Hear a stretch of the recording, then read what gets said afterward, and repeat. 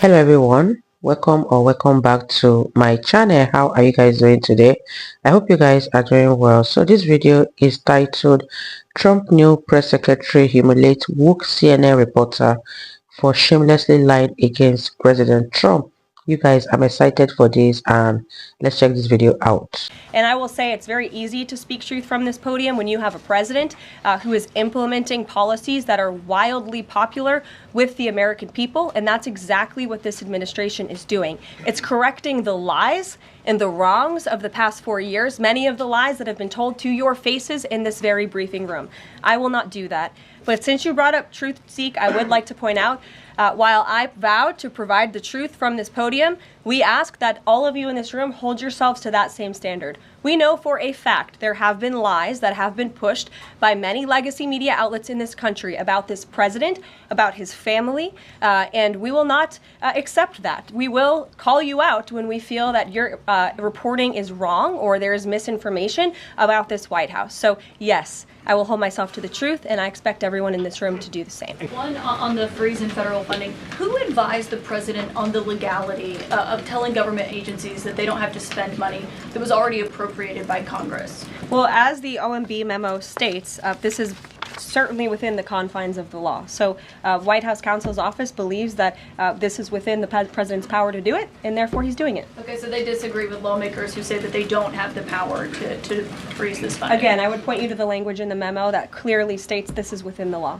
And all that happened on Friday night. The administration fired several inspectors general without giving Congress the 30-day legally required notification that they were being fired. I think only 2 were left at DHS and the DOJ. And then yesterday we saw several prosecutors, I believe 12, fired from the Justice Department who worked on the investigations into the president. As you know, they are career prosecutors, therefore they are afforded civil service protections.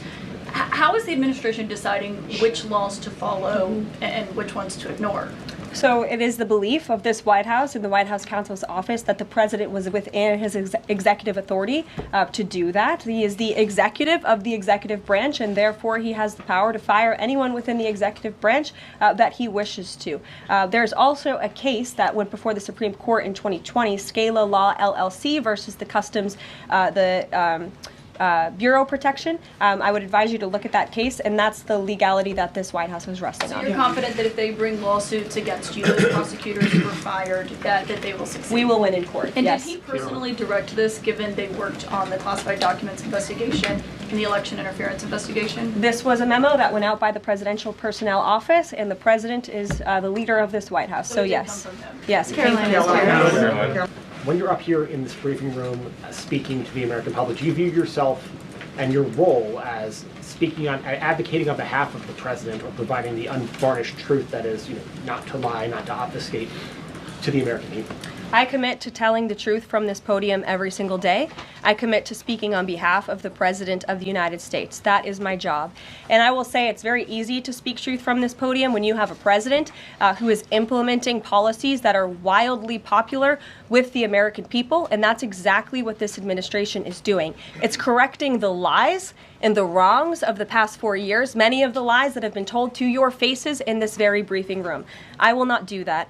But since you brought up Truth Seek, I would like to point out, while I vowed to provide the truth from this podium, we ask that all of you in this room hold yourselves to that same standard. We know for a fact there have been lies that have been pushed by many legacy media outlets in this country about this president, about his family, and we will not accept that. We will call you out when we feel that your reporting is wrong or there is misinformation about this White House. So yes, I will hold myself to the truth, and I expect everyone in this room to do the same. And Caroline, just on a substantive question, yesterday the White House Office of Management and Budget directed across the board freeze, with some exceptions for individual assistance, we understand, to federal grants. It's caused a lot of confusion around the country among Head Start providers, among providers services to homeless veterans, Medicaid providers, states saying they're having trouble accessing the portal. Could you help us clear up some of the confusion, Yes. give some certainty to folks, and also, is that uncertainty, how does that uncertainty service the president's voters? Well, I think there's only uncertainty in this room amongst the media. There's no uncertainty in this building. So let me provide the certainty and the clarity that all of you need. This is not a blanket pause on federal assistance and grant programs from the Trump administration. Individual assistance, that includes, I'm not naming everything that's included, but just to give you a few examples, Social Security benefits, Medicare benefits, food stamps, welfare benefits, assistance that is going directly to individuals will not be impacted by this pause. And I want to make that very clear to any Americans who are watching at home who may be a little bit confused about some of the media reporting. This administration, if you are receiving individual assistance from the federal government, you will still continue to receive that. However, it is the responsibility of this president and this administration to be good stewards of taxpayer dollars. That is something that President Trump campaigned on. That's why he has launched DOGE, the Department of Government Efficiency, who is working alongside OMB. And that's why OMB sent out this memo last night, because the president signed an executive order directing OMB to do just this. And the reason for this is to ensure that every penny that is going out the door is not conflicting with the executive orders and actions that this president has taken.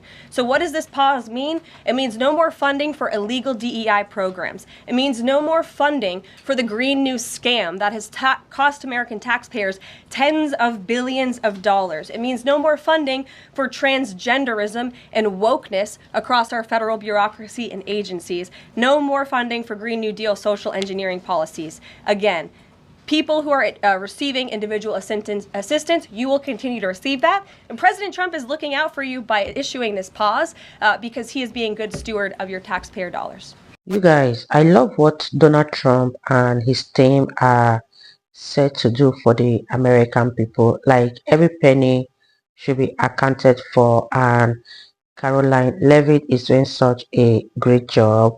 It's always a breath of fresh air to see a woman who is not only beautiful but also intelligent. And Caroline Levitt is not just brilliant, but she is brutally honest in the way she answers her question. And I love what the Trump administration is doing, exposing the Democrat corrupt government. She answers questions very well without ducking or trying to filter her words to fit the narrative. These are the kind of people that American actually needs right now. Let me know what you guys think about this in the comment section down below, and let's continue watching, you guys. Thanks, Caroline. Sure. How long is this pause going to last, and how is the Trump administration recommending that organizations that rely on federal funding make payroll, pay their rent in the meantime? It is a temporary pause, and the Office of Management and Budget is reviewing the federal funding that has been going out the door. Again, not for individual assistance, but for all of these other programs that I mentioned. I also spoke with the incoming director of OMB this morning, and he told me to tell all of you that the line to his office is open for other federal government agencies across the board, and if they feel that programs are necessary and in line with the president's agenda, then the Office of Management and Budget will review those policies. I think this is a very responsible measure. Again, the past 4 years, we've seen the Biden administration spend money like drunken sailors. It's a big reason we've had an inflation crisis in this country, and it's incumbent upon this administration to make sure, again, that every penny is being accounted for honestly. Why impose this pause with so little notice? Why not give organizations more time to plan for the fact that they are about to lose, in some cases, really crucial federal funding, at least for a period of time? There was notice. It was the executive order that the president signed. There's also a freeze on hiring, as you know, a regulatory freeze, and there's also a freeze on foreign aid. And this is, again, incredibly important to ensure that this administration is taking into consideration how hard the American people are working. And their tax dollars actually matter to this administration. You know, just during this pause, DOGE and OMB have actually found that there was $37 million that was about to go out the door door to the World Health Organization, which is an organization, as you all know, that President Trump, with the swipe of his pen in that executive order, is no longer wants the United States to be a part of. So that wouldn't be in line with the president's agenda. Doge and OMB also found that there was about to be 50 million taxpayer dollars that went out the door to fund condoms in Gaza. That is a preposterous waste of taxpayer money. So that's what this pause is focused on, being good stewards of tax dollars. And so this doesn't Jennifer. affect Meals on Wheels or Head Start or disaster aid? Again, it does not affect individual assistance that's going to Americans. To follow up on Nancy, do you think there will be a list of who is affected and how much money is affected? How will these contractors and organizations know if they are actually having their funding frozen? And then secondly, if you're willing, can you just clarify, is the end goal of this to essentially challenge Congress or to prove that the president can withhold federal funding? In other words, is this an attempt to pick a fight to prove that he can do this? No, absolutely not. As it says right here in the memo, which I have, and I'd encourage all of you to read it, it says the American people elected President Trump to be the president of the United States and gave him a mandate to increase the impact of every federal dollar. This memo requires federal agencies to identify and review all federal financial assistance programs and supporting activities consistent with the president's policies and requirements. The American people gave President Trump an overwhelming mandate on November 5th, and he's just trying to ensure that the tax money going out the door in this very bankrupt city actually aligns with the will and the priorities of the American people. Brian Glenn. Yes. Welcome. You Thank look you. great. You're doing a great job. Thank you talked you. about transparency, and some of us in this room know how just transparent President Trump has been the last 5 or 6 years. I think you'll do the same. My question is, do you think this latest incident with the president of Colombia is indicative of the global, powerful respect they have for President Trump moving forward, not only to engage in economic diplomacy with these countries, but also world peace?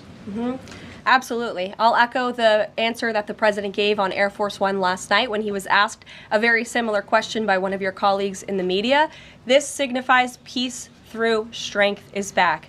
And this president will not tolerate illegal immigration into America's interior. And he expects every nation on this planet, again, to cooperate with the repatriation of their citizens who illegally entered into our country and broke America's laws. Won't be tolerated. And as you saw, the Colombian government quickly folded and agreed to all of President Trump's demands. Flights are underway once again. Deanna.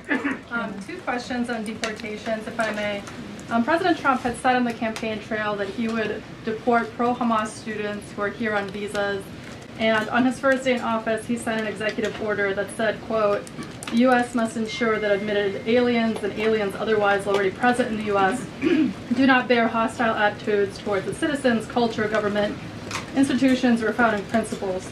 So should we take this executive order as Trump saying he would be open to deporting those students who are here on visas but, hold pro-Hamas sympathies? The president is open to deporting individuals who have broken our nation's immigration laws. So if they are here illegally, then certainly he is open to deporting them. And that's what this administration is hard at work at doing. We receive data from DHS and from ICE every single day. From what we hear on the ground, ICE agents are feeling incredibly empowered right now because they actually have a leader in this building who is supporting them in doing their jobs that they were hired to do, which is to detain, arrest, and deport illegal criminals who have invaded our nation's borders over the past 4 years. That's what the president is committed to seeing. Oh my gosh, you guys, this lady is so articulate, and this is what America needs right now. Is this not the same woman Joy Behar says she got the job because of her beauty? I think Joy Behar and the other crackheads at the View needs to sit down and listen to Caroline Levitt talk, because the difference between hiring someone who merits the position and hiring someone on DEI is very, very evident here. You can tell that this young woman knows exactly what she is doing and she merits this job 100%. When you see someone who is intelligent and know what they are doing, it speaks for itself. I'm so impressed by Caroline for coming out to defend and put things in order concerning people that have been lying against Donald Trump, and this is what America truly needs: a young press secretary with brain. She is very professional, and I know she will do her duty diligently without fail. And oh my gosh, you guys, well done to Caroline for that beautiful speech. Americans are truly proud of her, and so is the whole world. Everybody is super proud of this young woman. Let me know what you guys think about this in the comment section down below. I really enjoyed every minute of this video, and I believe you guys also enjoyed watching, and I'll see you all in my next video. Bye guys.